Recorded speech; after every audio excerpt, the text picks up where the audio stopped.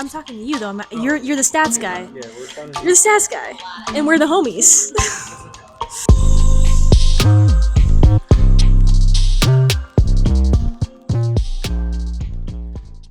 What is up, homies? We are here. We're covering a topic that we've actually done in the past, which is home field advantage.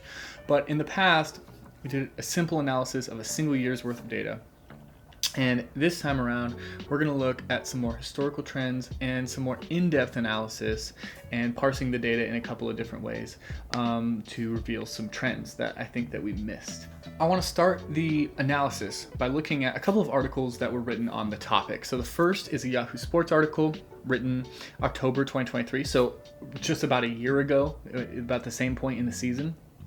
And then another one written at the end of the 2021 season. So it was in 2022, but it was really the end of the 2021 season. These articles make several big statements, all of which are wrong. In the first article, quote, home field advantage doesn't matter anymore. Quote, home field advantage has been dwindling for a while. Wrong and wrong. We'll look at a graph that shows you why. In the second article, quote, in the past 3 years, home teams have not cracked a 52% winning percentage. True, but extremely deceiving. And we're going to start this analysis by looking at a graph, actually. This is a graph of home field advantage. As you can see, that gray bar at the bottom, that's 50%. That's anything above that means that there is an advantage, and a systematic one. You will notice the only time this number was below 50% is in 2020. Can anyone think of anything that was happening in 2020 that would cause home field advantage to go down? Let me think. Also 2019, that same thing was happening at the end of 2019, which is when the football season is happening. All this stuff about COVID started in the end of 2019 and 2020. And then 2021, it was still going strong. There were plenty of things in place that would not allow fans to be in the stands. Those 3 years, as you can see, are super anomalous. By far the lowest 3 years. So to write those articles, I guess it was true at the time, but if you looked at the trends historically, it hadn't been dwindling. The year before that, in 2018, it was the highest year of this 10-year stretch. In 2018, nearly 60% of home teams won the games, and that is a huge advantage. So to say that there was no advantage, that it was dwindling when it had just been as high as it had ever been, very misleading and just wrong. I mean, if you look at the numbers, just wrong. And now you see a bounce back in 2022 and 2023, holding steady at above 55%. That's an advantage. I don't understand why. I mean, I didn't go back in time and see like the 80s or the 70s if it was way higher. It could have dwindled since then, but in terms of the last 10 years, it's been pretty consistent, save for 3 years where there were extenuating circumstances. So I just wanted to pick apart those two articles for a second. The articles, though, they did get me thinking about the trends within a season. So why was this article published in October of that year, like week 4 or week 5?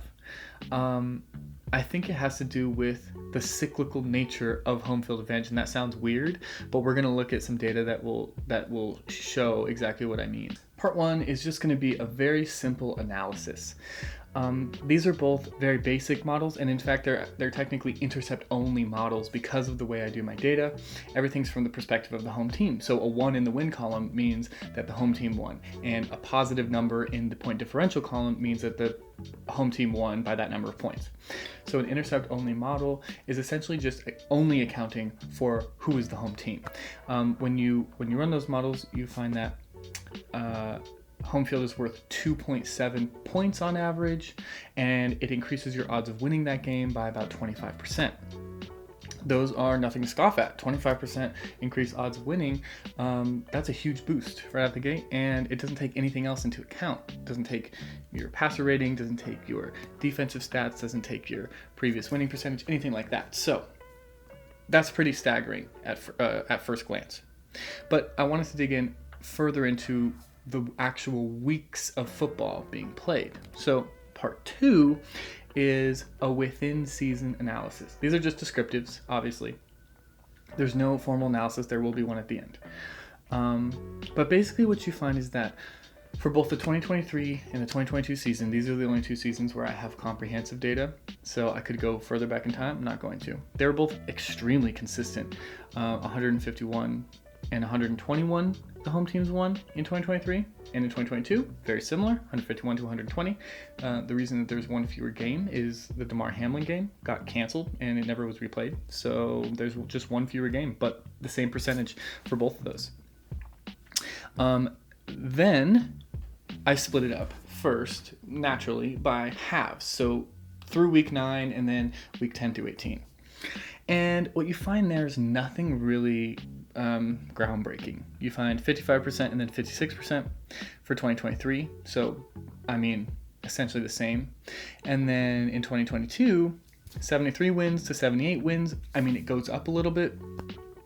It is certainly seems to be back half loaded in terms of where the advantage is actually present. But there's nothing, like I said, groundbreaking about this. And in fact, I thought, well, then it's probably just consistent across the year. But then I had another idea. I said, well, why don't I break it up a little bit further? So I went with thirds. And this is where you get something really interesting. So in the first third of the season, there was basically no home field advantage. The home team won 50.5% of the time in 2023 and 52% of the time in 2022.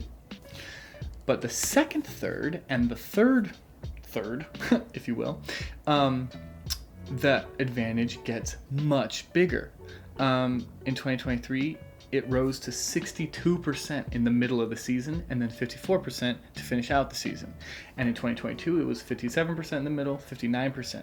But whichever way you sort of slice it, the first portion of the season, small portion, not half, has to be smaller than a half, seems to be way more about the teams and way less about home field. I don't know what to make of this. My current working hypothesis is that the middle and end of the season is when you're not nearly as fresh, and all those extra factors that you talk about with home field mean a lot more. What I mean is extra rest, no travel, sleeping at home, having your own facilities, having your own trainers and everybody on the staff being able to attend to you. When injuries and you're dinged up and all that stuff sort of piles up, it seems to matter a whole lot more in terms of the outcome of the game. And there's just probably less players playing because more players are out with injury. And I've heard this, and this is a claim that I would really like to investigate, that role players play better at home. This is usually in reference to the NBA. But I'm just curious about that in general across sports. Do non-superstars typically tend to play better at home? Is there some sort of a threshold where skill level means that it doesn't matter, you're going to play great anyways? But that's for another video. But anyways, you can see clearly the first third is much lower than the second and the last third. So that was very interesting. So I redid the analysis in part 1, and all I did was exclude the first 4 weeks. The reason I only did 4 weeks was because I figured that it was even front loaded in terms of the first third. So I said, I want as much data as I can. Let's just get rid of the first 4 weeks, and then let's look at weeks 5 through 18. And when you do that, the numbers change ever so slightly. So it goes from 2.7 points to now 3.02 points. So that's, less than a point, but it still means that there is something systematic going on. And your odds of winning go up by a significant amount, from 25% to 39%. That's a 14% increase in odds.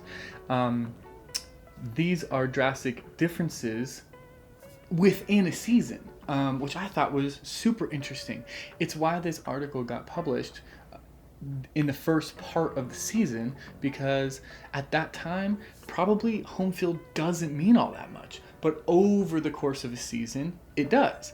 So yeah, if you see an article like this, or you see somebody talking about home field advantage going away and it's early in the season, I would say be skeptical of that. It doesn't actually appear that that trend lasts for the whole season. And as you can see from the longer term graph, home field advantage really only went away for those 3 years where COVID was a huge factor. it seems to be leveling back out to where it was before. And right before the pandemic, it was really high. It was at like a 5-year high. So very interesting stuff. That's all I have for today's video. I just wanted to go a little bit more in depth. Make sure you like, subscribe, follow us on Instagram, TikTok, post all these clips. We have a website. I post a companion article to every video that I do where I put, facts and figures and just some of my broader thoughts on what led me to this, or I don't know. I pretty much just ramble. But if you want to check those out, and those are on the website, StatsDetective.com. All right, that's pretty much it. See you guys next time.